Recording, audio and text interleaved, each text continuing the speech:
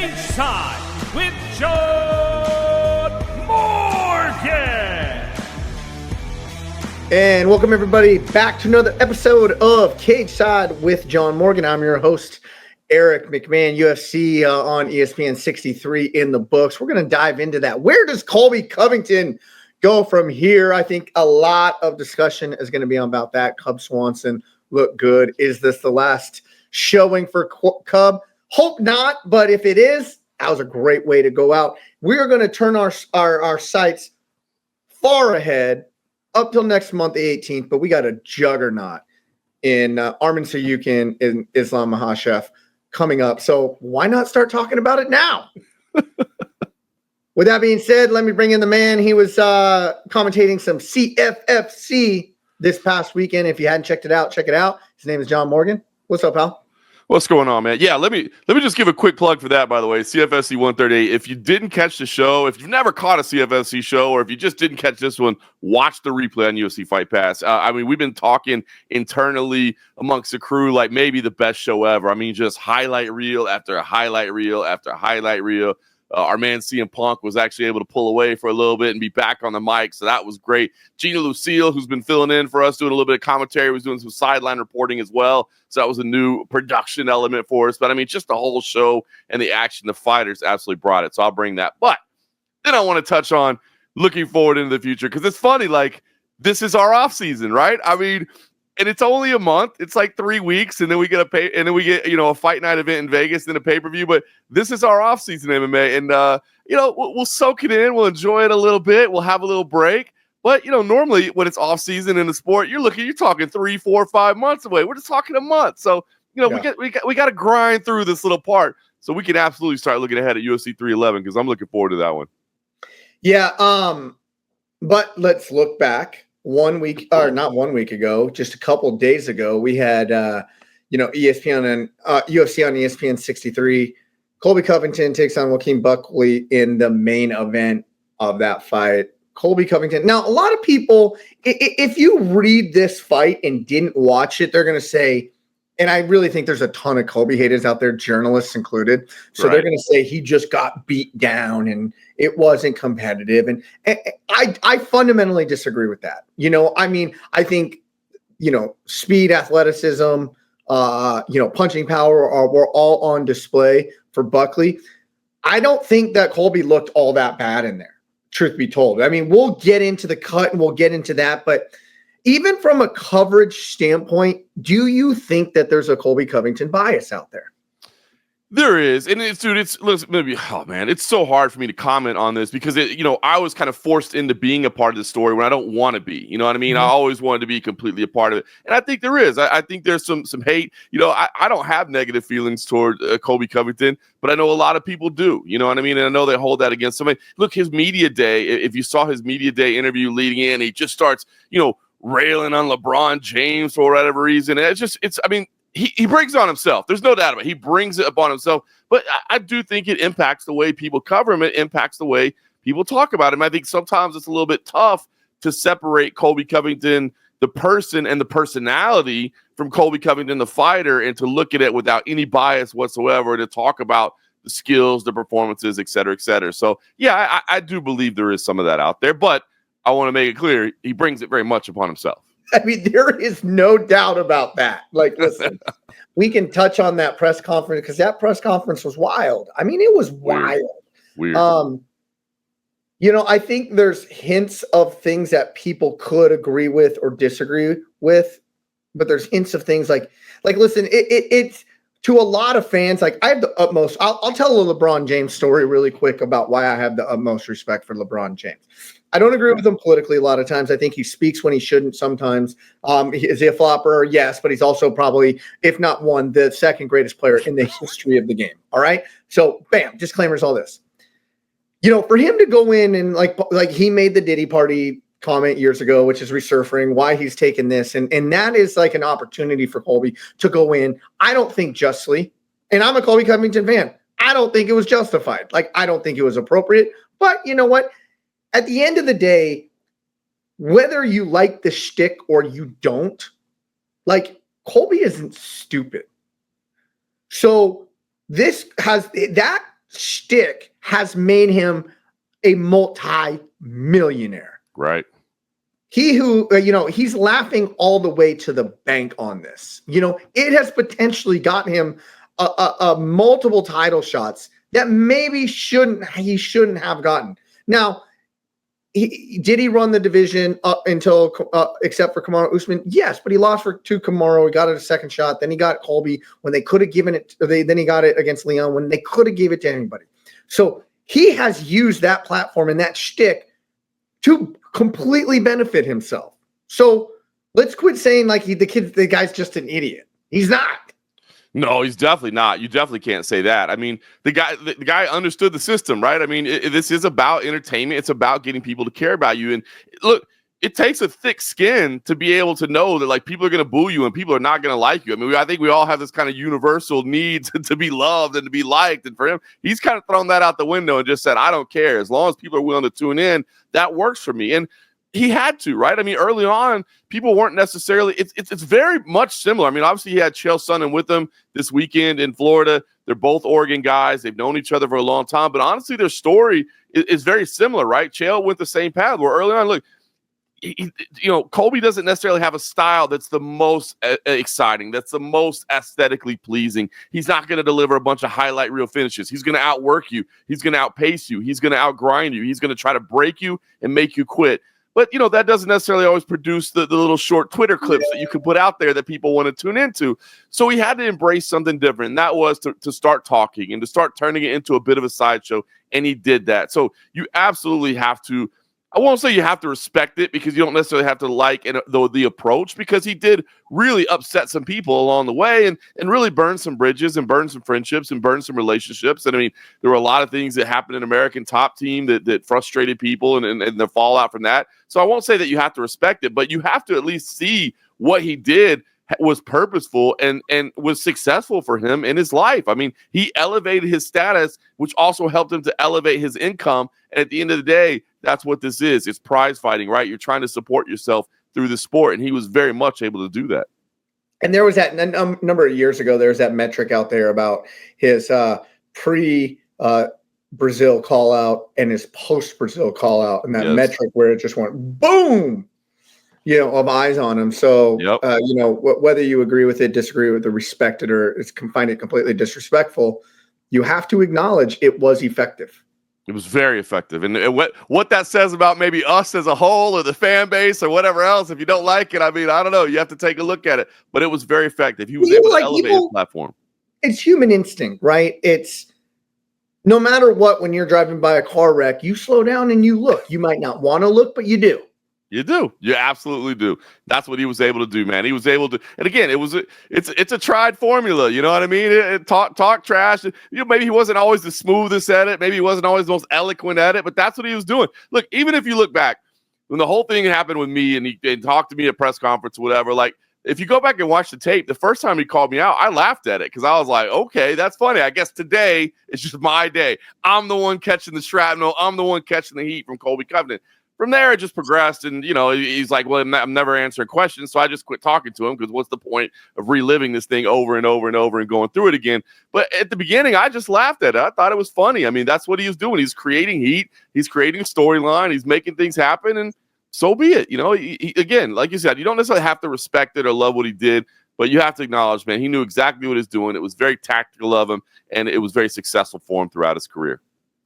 Yeah, I did say that I would tell that LeBron story because he went in on LeBron. So I just want to give perspective of something that I saw LeBron do with my own eyes. Is a number of years ago, there was a cancer patient that I'd grown to know, kid. We're in Memphis, home of St. Jude's, and his dream was to meet LeBron James. So through some connections I pulled, not a Make-A-Wish type thing, but a Temu version of Make-A-Wish. I just called some contacts. We got it to happen. LeBron, who didn't have to do this, did this. After the game, I was able to get the contingency that was with this kid. His name is Markel. Unfortunately, has since passed away. To the Lakers locker room. Now, the Grizzlies heard about it. The Lakers heard about it. The NBA heard about that it was going down, that LeBron was going to do this for this kid. So they had reps. They had cameras. They had everything. They all walk into the locker room to see LeBron, have this kid meet LeBron. You know what LeBron did? What's that? Kicked every single person out except the kid. Every single person. I witnessed this. I set it up. I got kicked out. And I was like, amen. I love and it. I always have this thing. It's like, I love the NBA. They've provided for my family, but the NBA, you know, and we can say it about this NFL, MLB, UFC, everybody. Like, the NBA cares when the cameras are on. You know what I mean? It's kind of like a laughing joke. LeBron James kicked everybody out, and this kid walked out with LeBron's shoes, jerseys, shorts, personal stories. He was in there for like 30 minutes with LeBron James, man. And I said, from that day, I have the utmost respect for this guy. And so I just wanted to tell that story because I said I'd do it on the onset, but it was freaking awesome.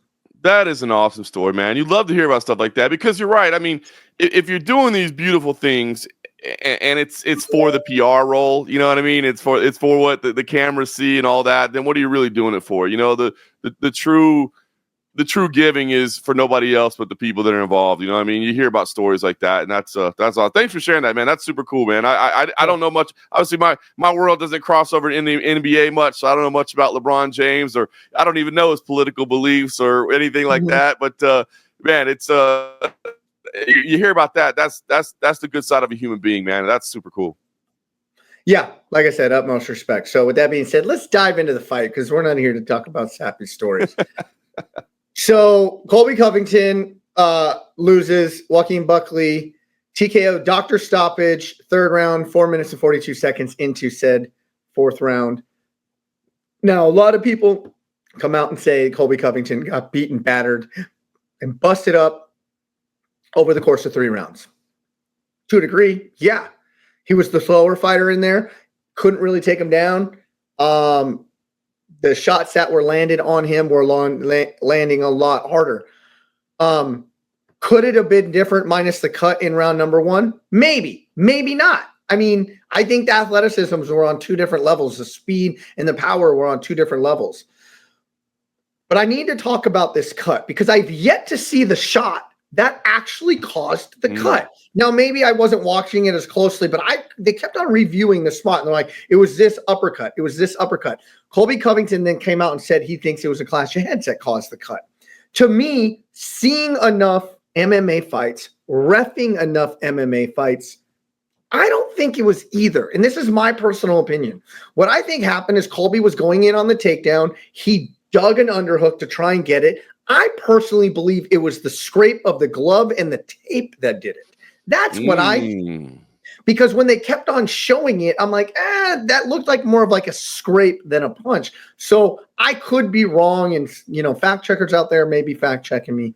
I just did not see the punch or the headbutt that created it. That's interesting because I didn't either. I don't remember a singular blow that actually caused that cut, and it wasn't a weird spot. It was a spot that you don't typically see a lot of cuts of that nature. So it's interesting to think that the clash of heads. I thought, I hope it was a clash when I first saw it because given the style and the way that they were competing against each other, that has very easily happened. Again, and important to say clash of heads, like inadvertently, obviously nothing illegal or a headbutt or anything like that. But sometimes when you're in those wrestling grinds and those clinches, the heads will clash together and you'll see a little cut. I didn't even think about maybe a glove or the tape kind of that would be a dang shame, to be honest with you, because you hate to see it fight in like that. Let's look at the position where he came up and started scraping at the eye. He was in on a double. Joaquin double unders, then grab the head, and he was almost grabbing like a weird 10-finger guillotine. Yeah. Colby backed out and then started pawing at it. That's when I saw it first. Man, I'll have to go back and review the tape on that because I do remember that sequence you're talking about, but I didn't see if that's where it had. Now I'm gonna have to go back and watch the tape on that. That's interesting. That would be a shame. I mean, it's interesting, right? Because we don't know what would have happened had the fight continued to wear on it. And I heard Dana White say this afterwards. That it might have been a little bit interesting to get into the later rounds. And I agree with that because that's where Colby Covington does his best work, right? Is when he's able to grind you late and he's able to continue going and your cardio is failing you and he's able to outwork you. Now, did I necessarily feel like, oh my gosh, the tide of this is definitely changing right now? We were robbed of an amazing conclusion. No, we could have seen 2 more rounds that look exactly like what we saw. You know what I mean? but we just don't know. And it was unfortunate. You know, I did hear Dana White also say afterwards that he doesn't think in Las Vegas that fight gets cut, meaning that, or the fight gets stopped because of the cut, meaning that, you know, in Nevada where they host a lot more events, they see a lot more cuts, they see a lot more things. I'll be honest with you, when I was watching it live, I kind of thought the same thing. Having gone back and seen the aftermath of where that cut is, and you know, you've been those eyelid cuts, that's where it's the most dangerous, right? I keen insight into this. Yeah. Keen insight. Something very specifically happened to me this past year in Dana White Contender Series. I don't know if you recall, I called a timeout to have the doctors look at a cut, right? Oh, yes. Same exact spot. The cut looked identical. Vegas comes in. Oh, we're good. Now that cut manifested to something completely gnarly, right? Yeah. And I remember DC at the time was almost like ridiculing me for even having the doctor come in and take a cut. I remember that now. Right? Now that cut ended up becoming so horrendously bad. But at the time when I called it as a preventative measure of like, well, maybe it's going to get bad. And it was because of the spot below the eyebrow, above the eye. If that goes down into the eye, man, you are screwed. My training has told you enough that that cut is coming down into the eye. You have a doctor look at it. No ifs, ands, or buts. And 99 times out of 100, they are going to call it because we can't jeopardize the eye. That cut was identical. And I can tell you firsthand, I do not think, I'm almost positive Vegas ain't stopping that fight. That's the way. To be honest, it's funny when I felt it earlier as I was watching. I'm like, yeah, I think we keep going. And that was before Dana had made the comment. I was like, oh man, this is unfortunate. You know, they don't have as many fights out there. They're not used to it. They're always going to err on the side of caution. Not that the doctors don't err on the side of caution out here in Las Vegas either. It's just that they literally see fights every single week. So they're like, I'm not going to panic a little bit. I'm not going to bet. But I did see, and I will say the placement, because you alluded to it there. You know, sometimes it's not about the severity of the cut. Sometimes it is the severity of the cut, but sometimes it's about the placement of the cut. And I know that the ones having sat in those educational seminars with the doctors and stuff, the ones that are on the eyelids are the ones that are the most concerning and most dangerous because you can't lose that eyelid, basically. I mean, that you're looking at permanent damage. It wasn't necessarily on the eyelid. It was more below the eyebrow, but like underneath the brow bone, I guess what you can call it, the brow bone. But it was a bad cut. I mean, listen, I'm not going to be the guy to say that should not have been stopped. And if a doctor is going to say it, man, because at that point, that cut's going to go one of two ways, up or down. Yeah. And if it goes down, that's permanent damage at that point. And should point out, too, it was clearly bothering him as well, right? I mean, he's pawing away. I mean, he's wiping that thing a lot. You know what I mean? It's not like he's just carrying on and doesn't notice it. So it's bothering him a little bit. So I wasn't opposed to it, but you know, just to go to the overall point, it is interesting because there's two ways of looking at it. You're like, hey, either Colby Covington didn't really get to do what he does best, which is to drag you into deep waters and to see how you hold up in rounds 4 and 5. He didn't get that opportunity. Or you could say, listen, you know, Buckley, as you said from the outset, man, it was clear the athleticism was on point. The takedown, I mean, he got taken down a couple times, but he wouldn't stay there. You know what I mean? He would get back to his feet quickly. And obviously, he's the one bringing the more devastating knockout power. So, you know, you could just say, well, all that happened was it just stopped the inevitable of what was continuing to unfold over the course of 2 rounds because he was literally, you know, seconds away from being up 3 rounds to none. Yeah. I'm going to praise Colby Covington, and this is not to diminish Buckley because I'm going to sing a lot of praises for him after this. But listen, I am very interested what would have happened in the remainder of, well, let's say 3 was almost over, but then 4 and 5. And I'm going to speak to the intelligence of Colby really quick because he could not take – he got 1 takedown. We got 1 legitimate takedown. But then he started doing something that was so smart on his behalf. He did. He would shoot and then pull guard because he knew he could not take him down. And by shooting and pulling guard, he's immediately starting to chain wrestle from the guard pull. And on 2 separate occasions, that worked for him. Yep. And so now that's making Buckley work, and he's now arguably winning the round at that point. So I think there is a cumulative effect to that. I think Colby could have done that all day long. So I would be very interested to see where that fight was going to go, because let's say you did give Colby round number 2. I don't know if I did or not, but it was a definitely competitive round. Colby had him on his back for a good portion of that round number 2. So let's just hypothetically say it's 1-1 going into 3. Buckley, I think it's safe to assume that we all gave Buckley round number 3, even though Colby did land up on top for a good portion of it. So now Buckley's up 2-1. But now if Colby could implement what he figured out in that third round in 4 and 5, hey, you may have lost the battle and taken more damage, but you could have won the war. Yeah, and 100%. I think that's where he was going, and I think that is a possibility. I don't think Buckley was going to get stronger and more powerful punching wise as that fight went on. I agree. Now, for the record, all 3 judges did have it 2-0, so they were probably seconds away from having it 3-0. So, it's not going to be enough for Covington to win the final 2 rounds. He ended up losing a judge's decision there, 48-47. I didn't know that. I didn't look at the scorecards. No, I just think you could have given him to him. You could have. You absolutely could have. I sided with the way the judges did because I didn't feel like the takedown, there was enough damage done in those moments, but he certainly controlled him. And what I think it does is it foreshadow what could have happened in 4 and 5. I don't think a judge's decision was possible, but you get in those positions and you make one mistake. You expose that neck. You know what I mean? You leave it behind. I don't think he was going to finish the fight unless, a ground and pound type TKO or something might have been on the table if you get exhausted.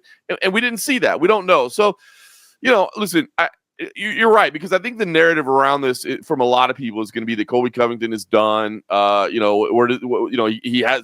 is no future. And I just don't buy that. I mean, I think there is a future for Colby Covington. He did say, he has come out and made some comments that, hey, this was me off the couch. I wasn't really training. I was campaigning for Donald Trump. I don't know, man. I would say, why? You haven't fought in a long time. Your career's not that much longer, so make sure you're taking advantage of every opportunity. But, yeah, I think there are still competitive matchups there for Colby. Now, is a championship run in his future? I don't know. I feel like I feel like this was kind of a changing of the guard, even we didn't necessarily get to see 4 and 5.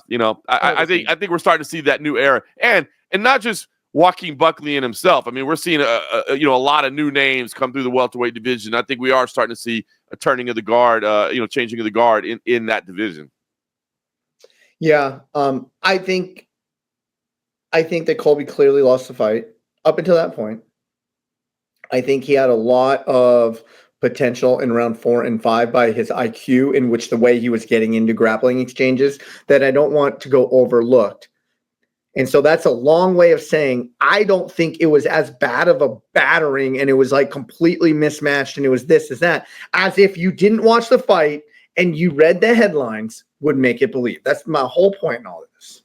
I think you're spot on with that. I think that Colby, did himself as good as he could have in this assignment. This was a tough one for him, but he didn't get it out there and just get absolutely knocked out or embarrassed or anything along those lines. And again, I think he was. It would have been interesting to see how things played out 4 or 5. I'm not saying that he necessarily would have won in there, but it would have been a little bit more treacherous, I think, for Joaquin Buckley in those later rounds if it played out. So, but nevertheless, like I said, Joaquin Buckley is here, and now, man, you look on the heels of Shavkat Rakhmonov and Ian Machado Gary in that performance a week earlier. And then you got, Jack Della Maddalena up there as well. You're starting to really see some new names all gunning for Bilal Muhammad. So an interesting time at 170 pounds. And look, that's the natural way things play out. You know what I mean? Kamaru Usman, Colby Covington, they have dominated this division for a long time, man. They have been the dominant forces up there for years. And kudos to what they accomplished. But now, it is truly a very much a changing of the guard, and we'll see. Maybe Usman is next for Joaquin Buckley. We'll find out what direction the UFC goes in. I love the call out, but let's praise Buckley really quick. This dude looks spectacular.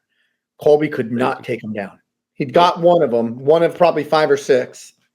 He wasn't close on all of them until he did get it that one time, and the guy's been knocking people out He's looked damn near untouchable since coming down from 85 down to 70.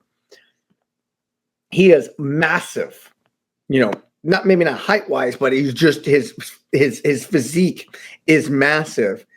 And he looked, now Colby's never been the fastest guy in the world, right? Right. But he looked fast. We know he's powerful. I thought the wrestling was going to be the determining factor in why Colby was going to win. And I know Colby was the underdog, but Colby couldn't take him down. There is a very bright future for this man in the welterweight division. There really is, man. I remember when he was making the announcement he was going to drop to 170. I was just like, how? Like, how does that possibly going to happen? Because the dude is just nothing but muscle. I mean, obviously he'll forever be remembered of the knockout of Impa Kasanganay over in Fight Island. I mean, that was an insane highlight. But I don't know, like, he had some kind of meandering pace after that, and then you're just like, oh, I guess that big highlight is going to be the story of his career. But this move to 170, man, he's so effective at it. Man, he's personable. He's got a great social media presence. He's fun on the mic. He's, and he's clearly got skills. And this was a big test. But man, you look at some of these names that he's racked up in this win streak. It's not bad, man. Andre Fiallo, Alex Barono, Vicente Luque, Nursultan Razboev, Stephen Thompson, Colby Covington. That's a solid little win streak. He has earned himself an opportunity. I mean, this was a shot at one of the elite guys in the division. But I mean, now the elite of the elite. I mean, you're looking at like number one contender type fights next, man. This guy is almost there at the top of the division. I don't think it's quite title shot time for him next, but only because there's a couple names in front of him, of course, that have already kind of been there. Shavkat Rakhmonov, he solidified that, right? He had already been given the title shot, and he risked it to go fight Ian Machado Gary. So he re-solidified his position as the number one contender. But you got to think that Joaquin Buckley is just right behind him. I mean, maybe he wants to sit out and wait. I don't think so. I think there's probably one more fight in there. I like that Usman call out, And let's talk about that call out, right? Because he even knew, like, you say, let me put it up to a fan vote. If you say Kamaru Usman, it's going to get a pop, right? 100%. And so he said, okay, this is who the people want to see, even though that's who he wanted anyways in the back of his head. I know that. And why? Why does he want that? It's another damn near tailor-made fight for him. Kind of like Colby Covington. If he can avoid the takedown with that speed and power, is Kamaru Usman striking better than Colby? Probably a little, but not. I mean, we saw in their three fights, it's not worlds better. Nah. So this is a tailor-made fight for him. It's a brilliant call out, right? Because Usman is, he's a legend of the game. What he accomplished, his run was incredible, but he's 37 at this point. He's kind of on the tail end. We've seen the knee issues, the health issues, those things that he's got. So it's kind of a lessened version. And I don't mean that as an insult. It's just the reality of father time. I mean, you kind of diminish over time. So, this is a guy that's maybe a step down for me when it's at his prime, but it's still an incredibly meaningful fight. It's an incredibly meaningful win for him. So I thought this was a brilliant call out as well. To me, honestly, it looks like the fight to make. Obviously that's going to be up to Usman as well. If he's okay with that, maybe he says, I don't know that I'm necessarily willing to give my name up for the next generation. I don't know that I want to do that right now, but I know Usman and the confidence that he has in himself, and he believes that he's still, championship aspirations as well. I don't think he'll back down. I think he'll take on that challenge. So to me, man, it feels like the fight to make. Yeah. I think when you beat a Colby Covington, that puts you in the top 3 conversation. Yep. Whether reality or not, perception-wise, it does. So as Buckley, you're not going to take a step back. I think it's either you wait for that, see what happens in that title picture, or you use another legend as to solidify that. Yep. So to me, it is the proper call out to make. It is the fight to make. Whether it comes to fruition, who knows? That's really up to Kamaru, but brilliant, and I do think it's the fight to make. If I was Buckley, I would not then go back and take a lesser known foe in that, if that's my aspirations to that title. 100%. I think it's that, and maybe if they countered and said, look, we're going back to London in March. We'd like you to travel over there and take on Leon Edwards.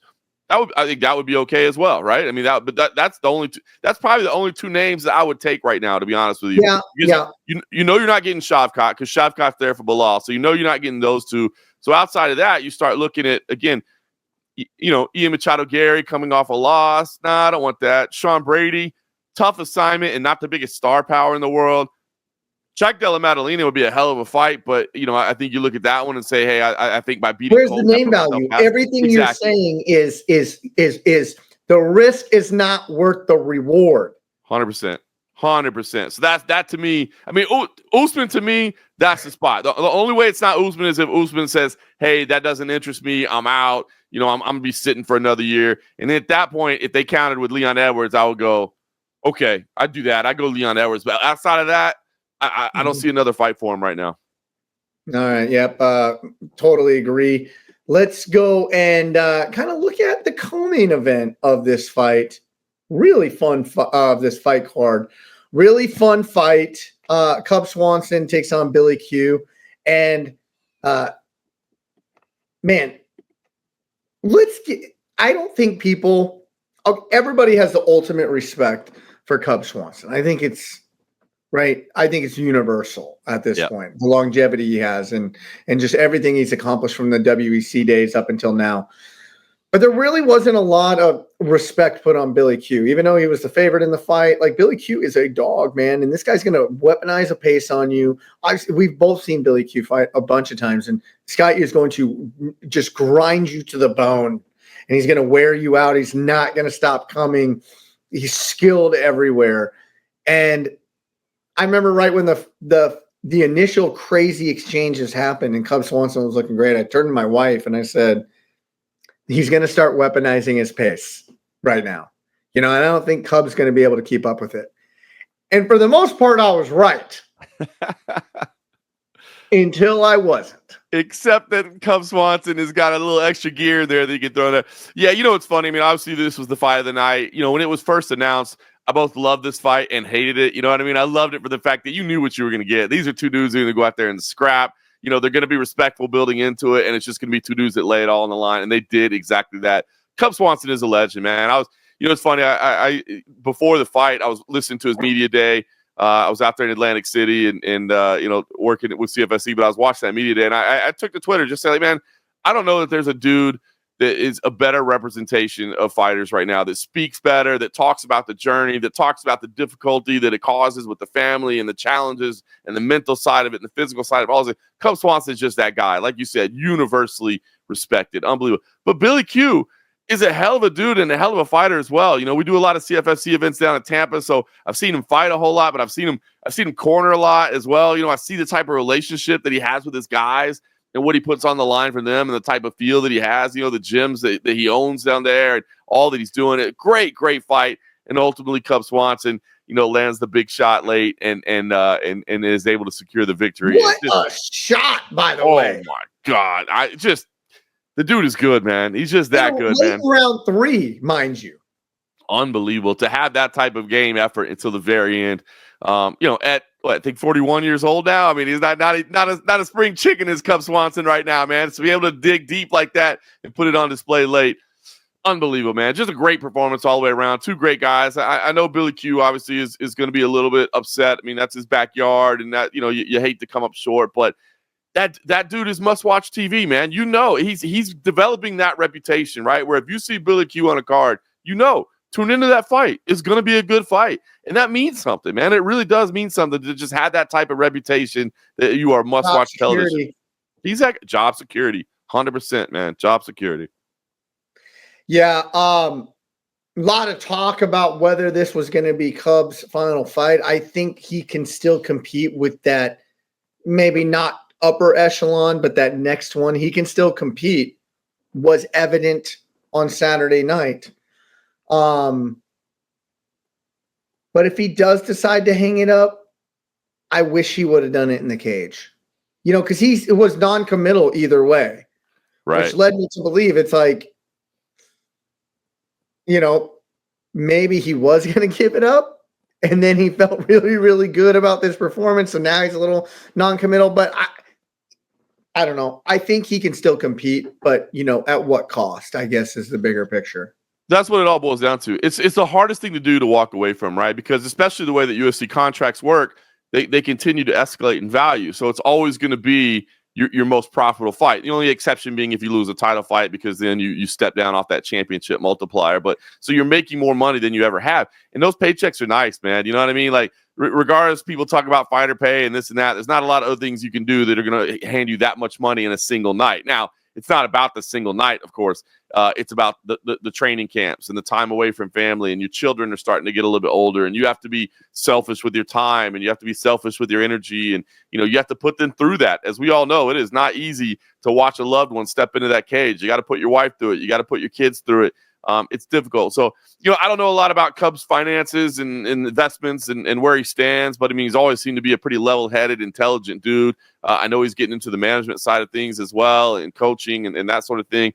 He has a spot in the sport as long as he wants it. But yeah, it'll be up to him, because there are certain times where you look at a guy and you're just like, man, I hope they'll call it, because it's just clear that they're not there anymore. That's not where Cub Swanson is. If he wants to continue competing, he has absolutely earned the right by the dues that he's paid, and he's shown with the skill set that he still belongs. It's just going to be whether or not he wants to put himself physically and mentally through what it takes, to the rigors of a training camp, and his family through all that as well. So whatever it is, dude's a legend. And I can tell you, behind the scenes, in the locker room, so to speak, I mean, everybody loves that guy and respects that guy, man. He's just, the way he conducts himself, the way he carries himself, the way he represents himself. He's just a standout human being in addition to being a standout fighter. So completely up to him what decision he makes, but he's earned the right to stay. He's earned the right to walk away. At 41 years old, he had a one-punch knockout walk-off KO in the third freaking round against Billy Q. That's amazing. This ain't the curtain jerker, tailor-made opponent for him. Curtain jerker, first fight of the night. No. Co-main event, Tampa, hometown guy, Billy Q, dog, exciting fight, weaponizing cardio. And Cub Swanson, at 41 years old, one-hitter quitters him in round 3. That is freaking amazing. Fights twice in 2024, and both of them earned Fight of the Night honors. I mean, what more do you need to say? Do you belong? Can you stick around if you want to? You damn right you can. It's just a matter of whether you want to or not, man. It's not an easy gig to keep doing, but I mean, to at that age, at any age, to fight twice and it be the fight of the night both times, meaning you elevated yourself, you and your opponent were more exciting than anybody else on the card. To do that twice and to do it at 41 years old, my goodness, that dude is a legend, man. He is absolutely a legend. Man, this was just like, in my opinion, a fun card. Manel Kape, dude. You want to talk about a fun fighter to watch? Holy shit. That was a fun fight. The speed that these dudes were operating in, and then Kape was just one step ahead on the speed. Unbelievable.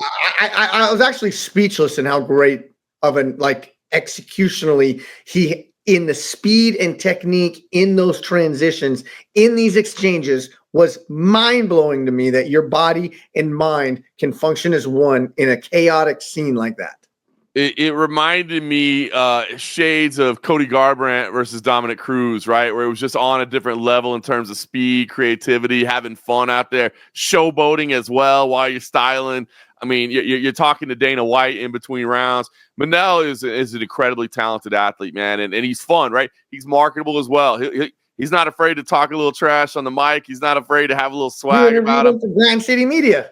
He's the best, man. I love it. I might have to do it again after that one as well, man. I've always been a fan of that guy, and man, I think he really turned it in. If you didn't watch that performance, it's worth watching that one. That was unbelievable. Like you said, this card reminded me a lot of UFC 310 the week before, where it was like, just, okay, maybe, I don't know, am I excited? But it seemed like it was just entertaining fight after entertaining fight after entertaining fight. I really thoroughly enjoyed this card. But that Michael Johnson, Justin Jacoby.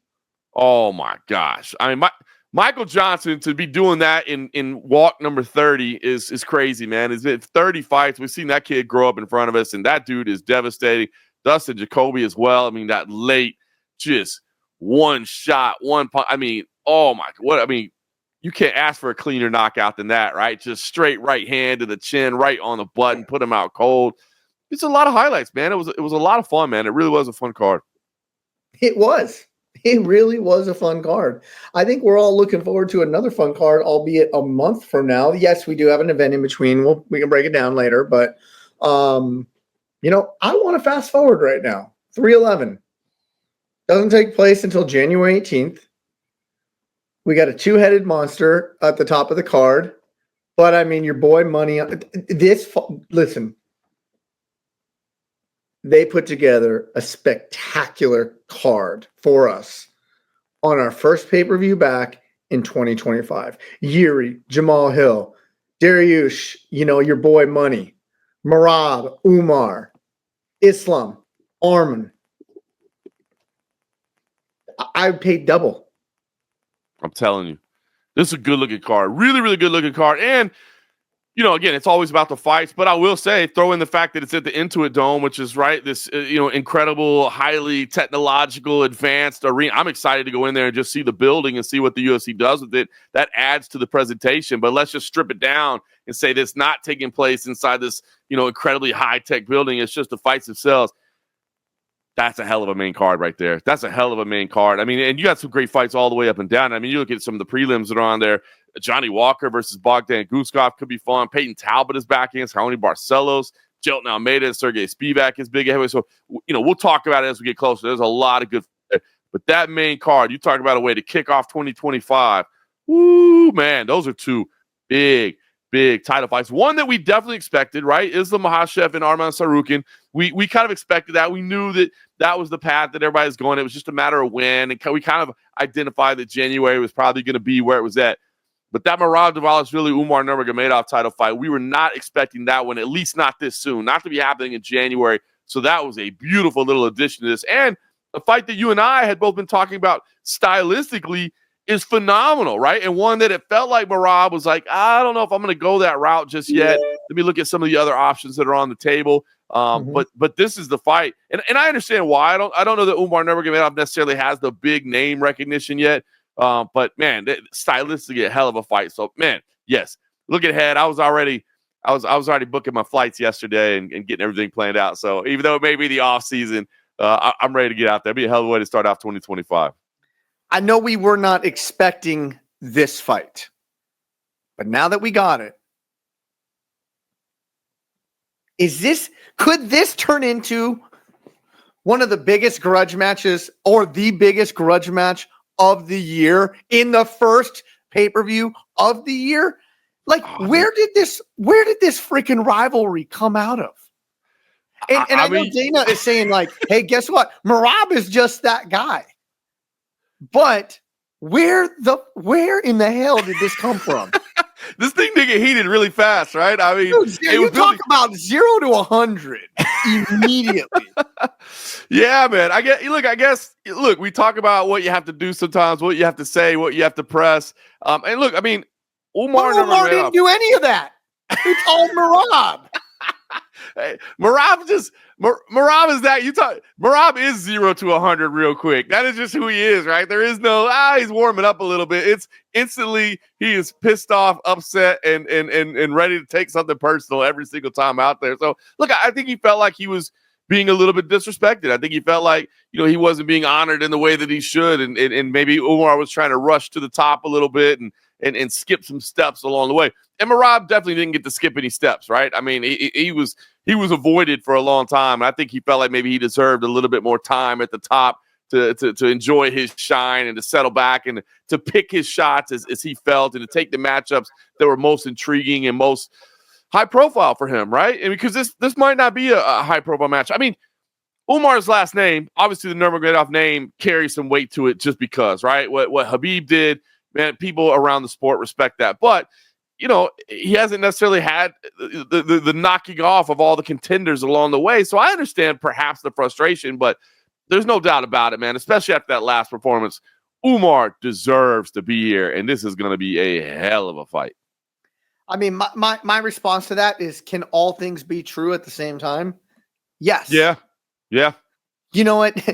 But like, I just, and then you had the altercation allegedly with Umar's guy, at post Aljo.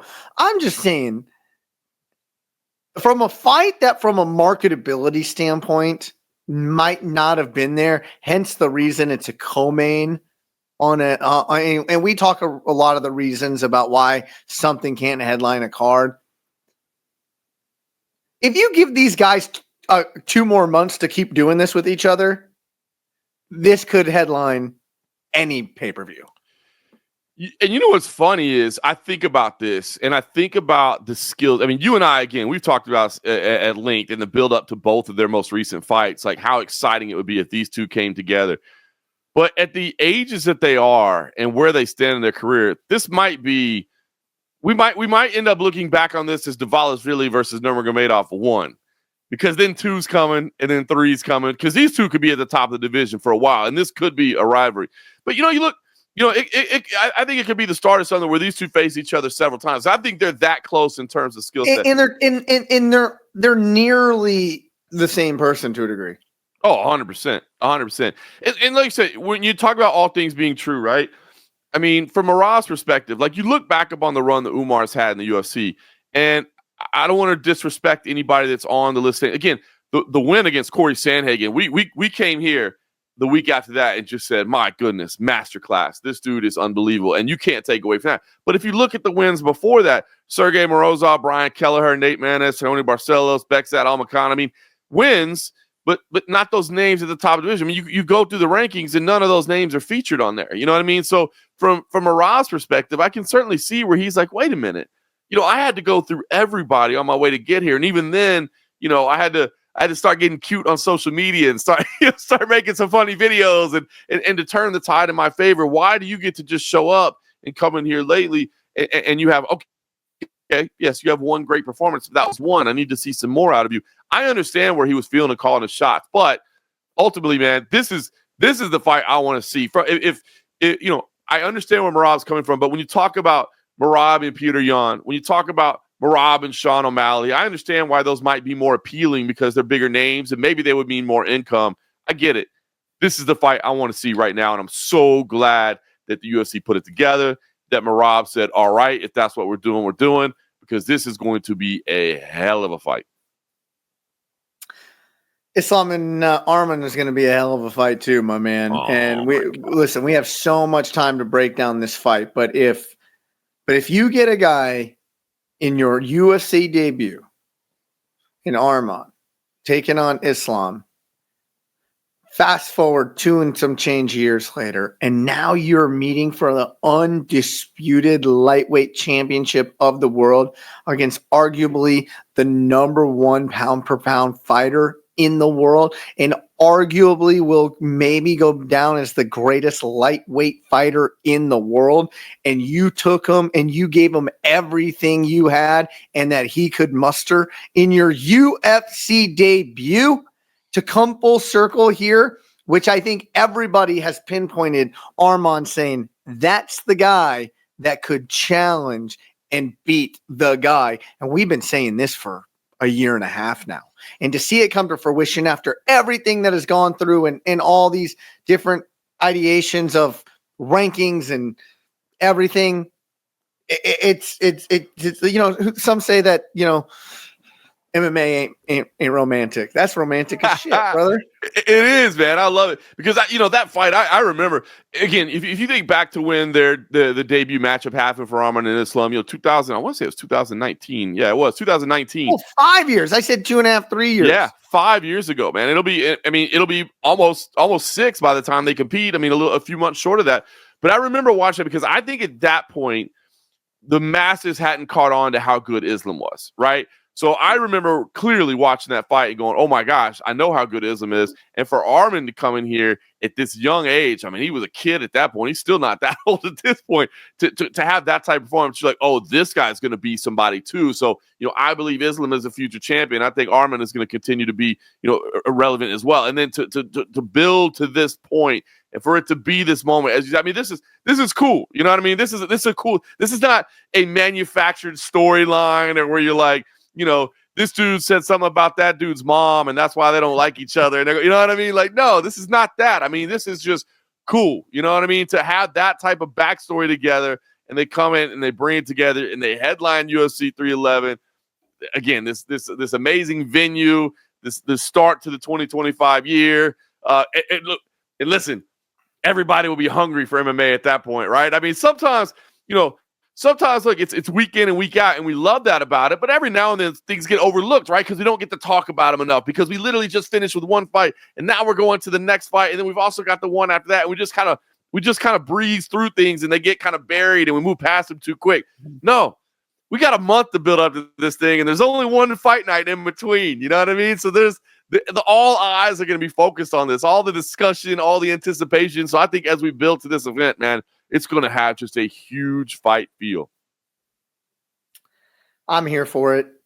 I am here for it. And, man, we have a lot of time to talk about it, so I don't want to take too much time right now. So what do you got going on coming up this weekend? I mean, Slow Time MMA, I knew we do have an Apex show coming up, but what else you got going on?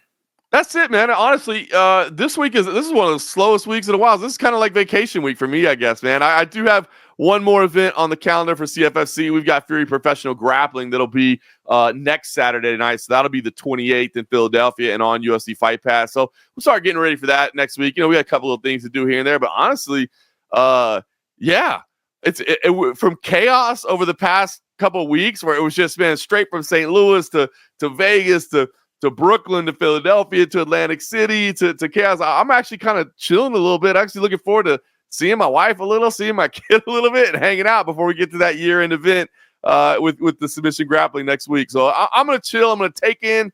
This is, like I said, this is like vacation week.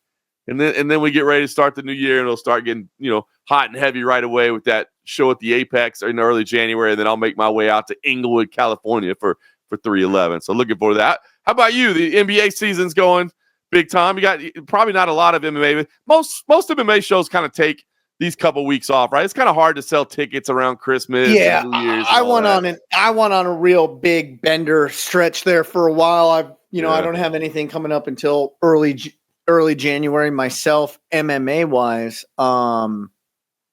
NBA season keeps me freaking busy though, man. This time of year, it's just a grind. But I did want to tell everybody about something cool that me and your boy Jason Lederfine. For everybody behind the scenes, Jason Lederfine is the COO of Cage Fury. He's also a good friend of mine and fellow Collierville, Tennessee resident like I am. There's never been there is none Tennessee Martial Arts Hall of Fame. There's never been a martial arts. You have some in Florida. A bunch of states have a Hall of Fame. Tennessee does not.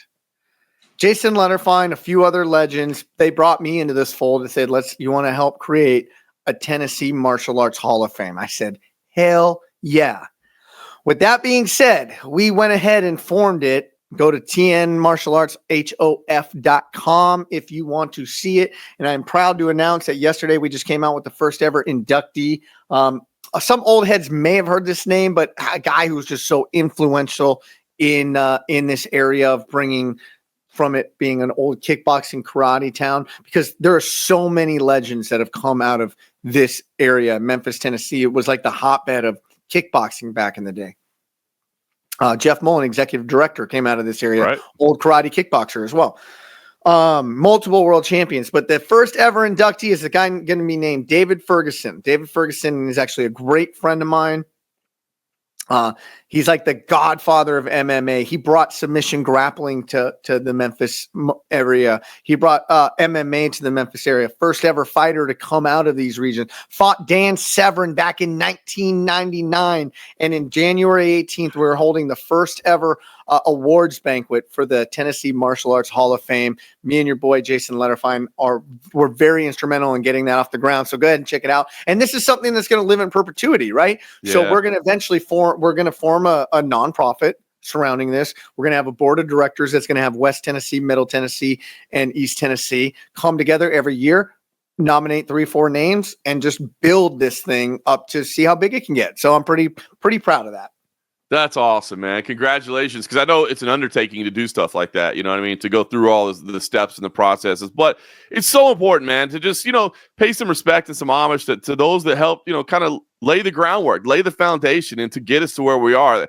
And it's easy to look past it, right? Because, man, I don't think a lot of people realize, like, in the early formative days of this, I mean, you're not doing it because you thought you were going to make money at it. You weren't doing it because you thought it was going to be on TV or it was going to be, this bit. Right now it's a massive industry, right? And it's this huge sport. It wasn't that. It was, we all did this and we were all involved in this because we had a passion for it. And we just loved the sport itself. And we saw what an amazing test of martial arts and the way that martial arts developed and actually just grew. I mean, gosh, I can remember being a kid and there was a Taekwondo gym on every corner because that's just what we thought what martial arts was. Then you realize, oh no, there's a whole ground style of fighting as well. And it really progressed everything. So that's super cool. Congratulations to you guys. I know it's an undertaking. And I mean, I think about all the spare time that you have to just, commit to any project that you want.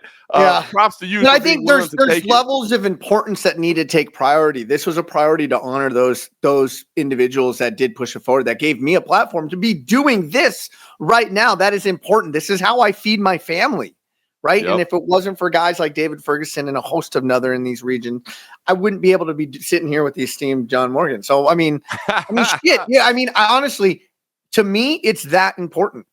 No, I agree. That's awesome. And man, I didn't even know Jason was working on that. We just saw each other this past weekend. So he's kind of kept that under wraps and he had that project going on. So I actually talked to him about 10 times while he was out there, little dots and eyes, because we told David yesterday that he was going to be the inaugural inductee. And so anyway, super, super cool. But with that being said, that's what I've been working on. I wanted to share it here. And like I said, January 18th, we're going to have our first ever inductee ceremony. So it's pretty cool. Very cool, man. Congratulations. That's awesome. How did David take the reaction? I mean, he had to be, he didn't even know that it existed, right? He had to be blown away. Well, he saw something online that there was a formation of it and that there was going to be a banquet somewhere at some point at some time that was to be determined, right? And I went over to his house yesterday and, I had him and I opened it and he was like, he's like, this has been talked about for so long and it's finally happening. And like, how did you choose me? And he was really like humbleized by it. Right. Yeah, but he also had the important questions that I think one would ask when getting an award like that is, why me? There were even so many more guys before me. And this is the point that I stood on when I even put his name up to be the guy. As I said, before you, there was a group of guys. After you, there's a group of guys. It took one guy to blend them. And that was you. That's awesome. Very cool. That is awesome, man. Because he was the first MMA guy that transitioned, learned the ground, learned this, and then brought it into the future. And he was the first one to promote MMA. He was the first one to promote submission grappling. He was the first. And so that's the reason. And it was a great question because he's like, there were all these legends that came before me. Why me? And then he was like, oh, and I'm like, because there was no firsts in kickboxing around here. There's a first in MMA and submission grappling. And there's a first that forced us into the new generation, and you forced it. So good. It's so wild, man. It's not that long ago that it was like you stuck true to your one art, and that was it. It was blasphemy to think that you needed another art or to learn something. Now we consider cross training, like obviously, like, hey, man, you want to fight? Okay, well, you are doing boxing, you are doing wrestling day, you are doing wrestling. Yeah, you know what I mean? Like you're doing all these things. Before that, I was like, no. This is my art. This is what I do.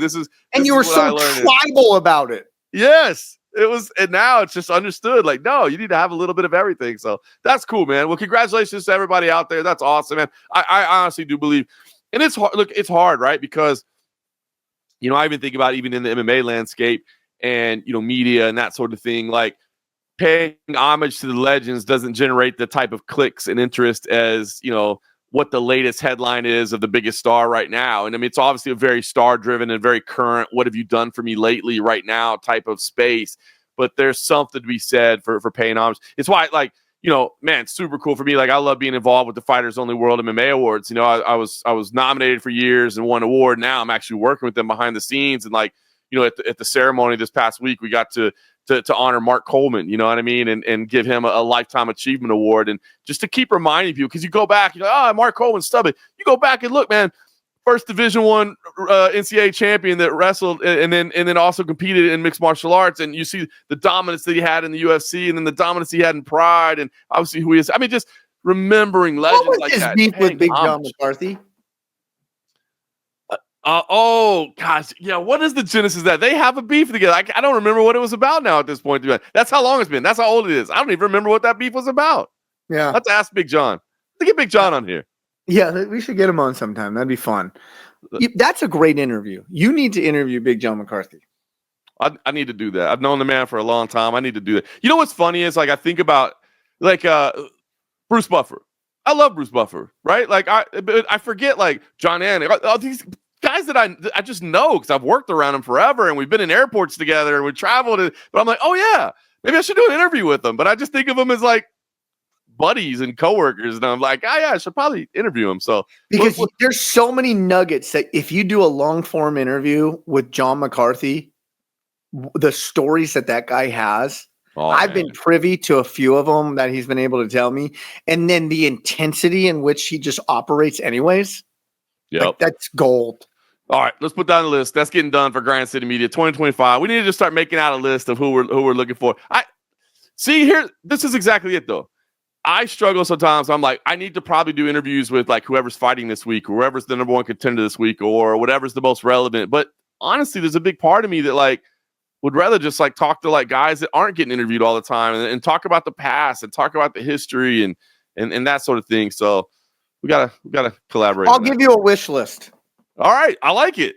I'll provide a wish list. Maybe I'll get you that next week on right here. There you go. We've got an off season. We've got a 3-week off season to maybe recalibrate, tweak, and to roadmap out 2025. That's what we'll start doing. All right, and I think we're gonna try and give everybody an episode next week. But yeah, so maybe I'll have my Christmas wish list of interviews for John Morgan, and hopefully we can have some other fun things on store for you. But with that being said, for John Morgan, I'm Eric McMahon. Enjoy the fights. Boom. There we go.